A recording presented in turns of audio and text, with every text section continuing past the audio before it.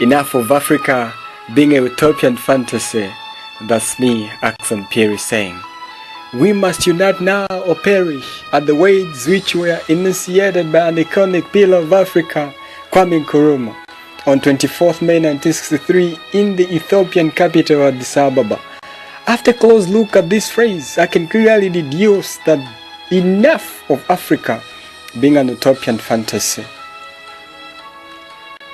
Enough of Africa being an imaginary, improbable ground in the face of unity and love after the sacrifices of our beloved forefathers as Sam Nujuma of Namibia, Robert Mugabe of Zimbabwe, Samora Machel of Mozambique, Kenneth Kaunda of Zambia, Haile Selassie, who fought to keep Ethiopia from colonial rule, Nelson Mandela of South Africa, Seretse Khama of Botswana, Kwame Nkrumah of Ghana, Julius Nyerere of Tanzania, and Jomo Kenyatta of Kenya, only to mention a few. A serious reflection in the lives of these souls will make us all to realize that we need to hold hands and say enough of Africa being a utopian fantasy. It doesn't need one to have a microscope to notice that a good fraction of African flags have a red ribbon in them, scratching the memories of our forebears as to why they incorporated this ribbon. They said to represent the blood shed against sovereignty. Oh no! What would that blood say if it receives the one being shed now due to discontent within ourselves? I say enough of Africa being a utopian fantasy. Utopia entails availability of natural resources, which is the supreme hidden treasure of my Africa. Although there are an estimated 632 million hectares of arable land in Africa, only 179 million hectares are actually cultivated. That is less than 30% of its arable land. As with Africa's mineral resources, this arable land is unevenly distributed. And as in 2015, the continent had around 30% of world's known mineral reserves. The BBC website on 20th April 2012 stipulated that scientists argue that the total volume of water in aquifers underground is 100 times the amount found on the surface. Different states have diverse resources. Convergent views who profess a need for coexisting. Malema said, borders are imaginary in Africa. That's exactly what he meant, that we need each other. Will you agree with me that enough of Africa being a utopian fantasy? Utopia necessitates what Nkrumah termed as avowing the African personality.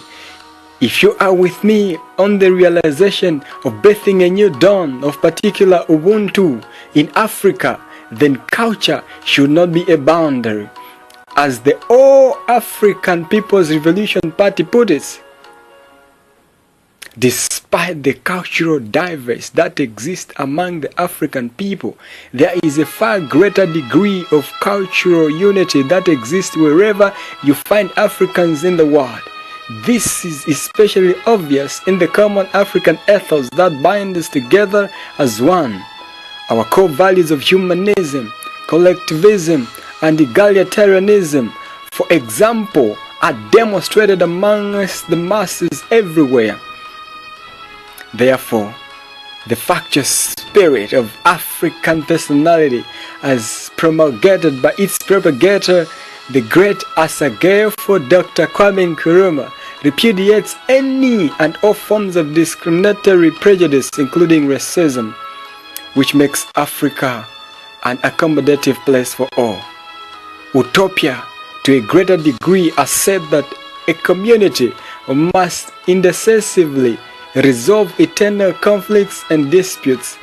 NATO, USA, UN, ICC can never be the backbone in the settlement of African disputes, not neglecting them completely, but none of them have the interest, will, means, or mandate to do so. Instead, if left in their hands, they will only make matters worse in order to make Africa more ductile for continued imperialistic domination. Enough is enough for my Africa being a utopian fantasy. Sadiq, Komesa, AU, wake up! I say wake up! Africa is one. Therefore, the statement which enunciates that the various cycle of xenophobia, violence are spurred by lack of effective policing to protect foreign nationals and their properties is in line with some of the reasons that make Africa to be a fantasy in the face of an utopian society. A cry to my presidents from Cairo to Cape Town: teach us the values that will make us to coexist. Make us realize that no country can survive on its own. Help us to sing an African song that will show how bonded we are. Encourage more exchange programs in the education sector. We want you to sit at a round table as you settle a difference that may be in Djibouti, DRC, Togo, Zambia, Lesotho, Libya, and all other states.